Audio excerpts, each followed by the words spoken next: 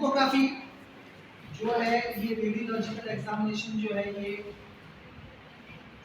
Bronchial tree की जांच कहलाती है, इसका नाम है ब्रोंकोग्राफी।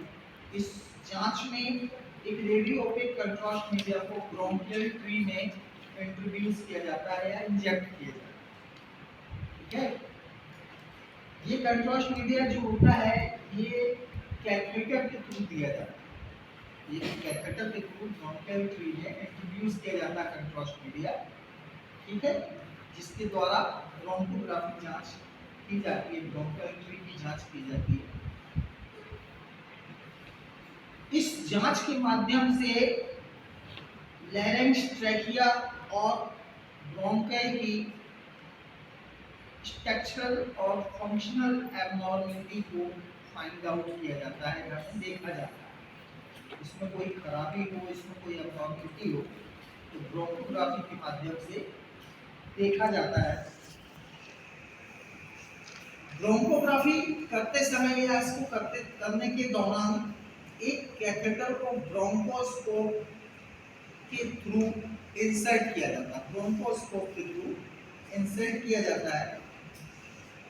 जब इसको इंसर्ट करने की जगह जो होती है नोज, ठीक है, कहां से? नोज से इसको ट्रैकिया और ब्रोंकाई तक पहुंचाया जाता है पहले इस कैथेटर को, उसके बाद कंट्रास्ट मीडिया को इंजेक्ट किया जाता है। ये कंट्रास्ट मीडिया जो होता है वो बेटर विजुअलाइजेशन प्रोवाइड करता है और एनाटॉमिकल एबनॉर्मलिटीज को भी ये दिखा देता है इमेज में, एक्सरे में। ठीक है, अब आजकल जो है ये ब्रोंकोग्राफी जो है उसको करने के लिए कंट्रास्ट मेथड तो पूरा वही होता है, लेकिन सीटी और एमआरआई का यूज करते हैं। पहले जो एक्सरे से होता था, ये आज भी होता है एक्सरे से, लेकिन सीटी और एमआरआई के थ्रू ब्रोंकोग्राफी होने लगी। ठीक है, अब ब्रोंकोग्राफी जो होती है इसके इंडिकेशंस क्या क्या है? बेसिकली नॉर्मल भाषा में कहा जाए तो कंट्रास्ट मीडिया के माध्यम से या कंट्रास्ट मीडिया के थ्रू ब्रोंकियल ट्री की जो जांच कहलाती है उसको कहा जाता है ब्रोंकोग्राफी। ठीक, इस ब्रोंकोग्राफी के जो इंडिकेशन होते हैं उसमें सबसे मेन इंडिकेशन जो होता है जिसके लिए ये जांच की जाती है वो होता है ब्रोंकाइटिस। ब्रोंकाइटिस में जो ब्रोंकस होता है उसमें स्वेलिंग आती है, तो स्वेलिंग जब आ जाती है तो वो सकरा होता है। सकरा हो जाता है तो इंसान को सांस लेने में दिक्कत होती है, जिसकी वजह से लंग्स को ज्यादा हार्ड वर्क करना पड़ता है। ठीक है, नॉर्मली लंग्स ऐसे से चलते हैं, लेकिन जब ब्रोंकाइटिस होता है या ब्रोंकाई में स्वेलिंग आती है और उसका रास्ता जो एयर का है ऑक्सीजन लेने का जो वो शॉर्ट होता है तो लंग्स को ज्यादा मेहनत करनी पड़ती है। ठीक, उस डिजीज को कहते हैं ब्रोंकाइटिस। ठीक, ब्रोंकाइटिस सबसे पहला है इसका। दूसरा है इंडिकेशन ब्रोंकियल ऑब्स्ट्रक्शन, कोई रुकावट अगर आ गई, ठीक है, सांस लेना है तो उसमें किसी प्रकार की कोई ऑब्स्ट्रक्शन या रुकावट हो, उस समय भी इस जांच को करते हैं जिसका नाम है ब्रोंकोग्राफी। इसके अलावा हेमोपेटाइटिस एक डिजीज होती है जिसमें कफ के साथ ब्लड आता है। क्या होता है? कफ के साथ ब्लड आता है। उस डिजीज में भी ब्रोंकोग्राफी जरूरी होती है। ठीक, अगर पल्मोनरी रीजन में कोई मास या रीजन हो, कोई सिस्ट हो, उसको भी फाइंड आउट करने के लिए जांच की जाती है जिसका नाम है ब्रोंकोग्राफी। साथ ही इसका कंट्राइंडिकेशन यही होता है साहब कि सबसे पहला कंट्राइंडिकेशन तो ये है कि आयोडीन से अति संवेदनशील हाइपर सेंसिटिविटी हो अगर पेशेंट को, तो नहीं कर सकते। ठीक है, उसके बाद डायबिटिक है पेशेंट, शुगर वाला है तो भी दिक्कत हो सकती है। साथ ही सीवियर हाइपरटेंशन का पेशेंट है, अगर ब्लड प्रेशर बढ़ता हो 1% तब भी इस जांच को नहीं किया जाता। एस्थमा की शिकायत हो वो थोड़ा सा रिस्की होता है। प्रिपरेशन क्या होती है इस जांच की? प्रिपरेशन में इस जांच के पहले 3 दिन तक पेशेंट को चेस्ट फिजियोथेरेपी दी जाती है। क्या दी जाती है? Chest physiotherapy. जांच के 3 दिन पहले से पेशेंट को चेस्ट फिजियोथेरेपी ब्रोंकोग्राफी करने के पहले सजेस्ट की जाती है, उसको दी जाती है। इसका मतलब ये होता है साथ ही फिजियोथेरेपी के साथ ही एंटीबायोटिक मेडिसिन भी चलाई जाती है। एंटीबायोटिक मेडिसिन से कवर करना पड़ता है। साथ ही इन्वेस्टिगेशन से 30 मिनट्स बिफोर, जांच करने के 30 मिनट पहले इसको एट्रोपिन 0.6 mg इंजेक्शन दिया जाता है। क्या दिया जाता है? एट्रोपिन 0.6 mg इंजेक्शन दिया जाता है जांच से 30 मिनट पहले। साथ ही इस जांच को शुरू करने के पहले इसमें जो रेडियोग्राफी की जाती है, प्लेन रेडियोग्राफी की जाती है, उसमें सबसे पहला रेडियोग्राफ होता है वो होता है chest PA view. Chest PA view साथ में लैटरल व्यू, पीए और lateral view plain contrast inject करने के पहले एक्सरे ले लिया जाता है इस जांच को करने के पहले। इसमें जो यूज होने वाला कंट्रास्ट मीडिया है वो कौन सा होता है? ब्रोंकोग्राफी में जो कंट्रास्ट मीडिया यूज किया जाता है उसका नाम है डायनोसिल इक्वेस। डायनोसिल इक्वेस। ये डायनोसिल इक्वेस जो है वो एक साइड के लिए, यानी एक लंग्स की एक साइड के लंग्स का कर रहे हैं तो लगभग 12 ml एक साइड के लिए चाहिए। ठीक है, इच साइड 12 ml डायनोसिल इक्वेस। डायनोसिल इक्वेस एक ऐसा कंट्रास्ट मीडिया है जो कि होता तो आयोडाइनेटेड है, लेकिन ये ऑयल बेस्ड नहीं। ऑयल बेस्ड कंट्रास्ट मीडिया जो होते हैं वो कैसे होते हैं? स्टिकी होते हैं। यूरोग्राफी में आपने देखा होगा, कंट्रास्ट मीडिया गिर जाता है, उसके बाद होने वाले उसमें फिंगर डालो तो चिपचिपा सा। अगर चिपचिपा सा कंट्रास्ट मीडिया अगर आप लंग्स में दो तो क्या होगा?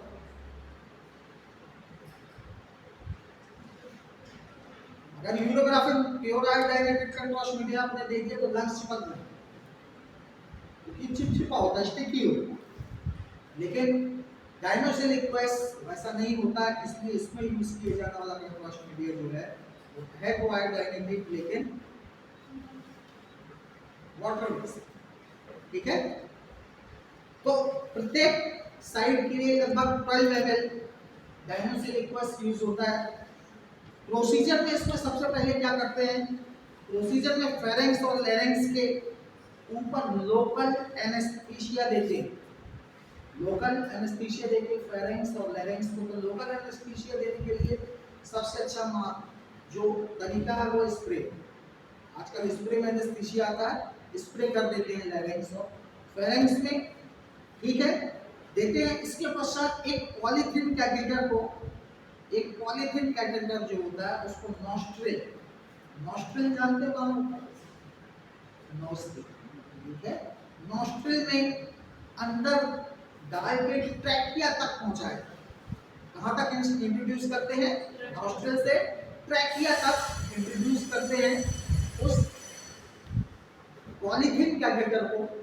इसके पश्चात कंट्रास्ट मीडिया को इंजेक्ट किया जाता है, कंट्रास्ट मीडिया दिया जाता है। साथ ही आर्थोथायराइड को पंचर करके कंट्रास्ट को सीधा ब्रोंकस में पहुंचाया। ठीक है, सीधा कहां? ब्रोंकस तक पहुंचाया जाता है। इस जांच को करते समय, कंट्रास्ट इंट्रोड्यूस करते समय कोशिश ये होती है कि फ्लोरोस्कोपी या इमेज इंटेंसिफायर का यूज किया जाए, वो इमेज को, उसकी एक्टिविटी को स्क्रीन के ऊपर सीधे तौर पे देख सके। ठीक है, इतना करने के बाद जब कंट्रास्ट मीडिया इंट्रोड्यूस हो जाता है तो अब बारी आती है कि रेडियोग्राफी की जाए।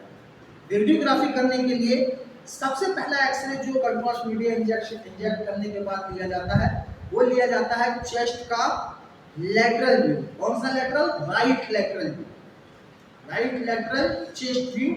दूसरा एक्सरे जो लेते हैं राइट लेफ्ट पोस्टीरियर, राइट और लेफ्ट दोनों तरफ का पोस्टीरियर ऑब्लिक। ठीक, तीसरे नंबर का एक्सरे चेस्ट पीएवी जो कॉमन है वो लिया जाता है, साथ ही लेफ्ट लेटरल और लेफ्ट लेटरल और लेफ्ट ऑब्लिक पोजीशन में एक्सरे को लिया जाता है इस इन्वेस्टिगेशन में। अब इस इन्वेस्टिगेशन में जब ये इन्वेस्टिगेशन समाप्त हो जाता है तो कुछ मैंने जैसे पहले बताया था कि हर इन्वेस्टिगेशन के बाद पेशेंट की आफ्टर केयर की जरूरत होती है। जांच खत्म होने के बाद उसकी आफ्टर केयर में किस बात का ध्यान रखना पड़ता है? पेशेंट को जैसे ब्रोंकोग्राफी खत्म होती है, अंडर ऑब्जर्वेशन एडमिट किया जाता है, रखा जाता है अपने पास, और उस अंडर ऑब्जर्वेशन में रखने के बाद प्लस पेशेंट का blood pressure, heart rate, oxygen rate और साथ ही फ्लूइड बैलेंस जो होता है और अदर वाइटल साइन को बड़ी सावधानी पूर्वक देखना जरूरी होता है कि कोई चेंजेस तो नहीं। जब आप उसको ऑब्जर्वेशन में रखते हैं तो ये देखना जरूरी है। साथ ही पेशेंट को ये चेतावनी दी जाती है या ये चीज समझाया जाता है कि पेशेंट खांसेगा तो जो कंट्रास्ट मीडिया है जो हमने अंदर दिया है वो बाहर आए। ठीक है, तो उसके लिए बोलते हैं ताकि जो कंट्रास्ट मीडिया है वो एयरवेज की हेल्प से बाहर की तरफ आ जाए, खांसेगा तो वो बाहर निकाल देंगे। ठीक है, तीसरा 24 घंटे के पश्चात, 24 घंटे होने के बाद प्रोसीजर खत्म होने के आप चेस्ट पीए व्यू फिर से ले सकते हैं। यानी नेक्स्ट डे आप फिर से एक चेस्ट पीए व्यू का एक्सरे ले सकते हैं और ये पता कर सकते हैं कि एयरवेज में बचा हुआ कंट्रास्ट मीडिया कितना है, कितना कंट्रास्ट मीडिया बचा है, ये देखने के लिए पूरा निकला कि नहीं निकला, कितना बचा है, ये देखने के लिए 24 घंटे के बाद एक चेस्ट पीए व्यू और लिया जाता है। ठीक, कई बार कई इन्वेस्टिगेशन ऐसे हैं जिसमें इन्वेस्टिगेशन होने के बाद कुछ कॉम्प्लिकेशंस भी पेशेंट को दिखाई देते हैं। तो ये इन्वेस्टिगेशन भी ऐसा है जिसमें कॉम्प्लिकेशन हो सकती है। इसमें पहली कॉम्प्लिकेशन क्या है? निमोनिया हो सकता है। ठीक है, निमोनिया इसकी पहली कॉम्प्लिकेशन है। साथ ही पल्मोनरी एडिमा, ठीक, पल्मोनरी एडिमा हो सकता है। साथ ही सांस लेने में समस्या आ सकती है, पर नहीं है, आ सकती है। ये कॉम्प्लिकेशंस आफ्टर इन्वेस्टिगेशन, जांच खत्म होने के बाद पेशेंट में दिखाई दे सकती है। तो ये दिखाई आपको तब दे जाएगी जब उसको आप ऑब्जर्वेशन में रखे रहेंगे तो आपको उसी समय समझ में आ जाएगा। लगभग 8 से 10 घंटे आप उसको अपने पास ऑब्जर्वेशन में रखे रहेंगे तो ये चीज़ें सब जो होनी होंगी पहले होगी। अगर इस पीरियड में, इस ड्यूरेशन में कुछ नहीं होगा तो आप पेशेंट को आप रिलीज कर सकते। इस तरीके से ये ब्रोंकियल ट्री की जो जांच है जिसका नाम है ब्रोंकोग्राफी, ये कंप्लीट है। ठीक है।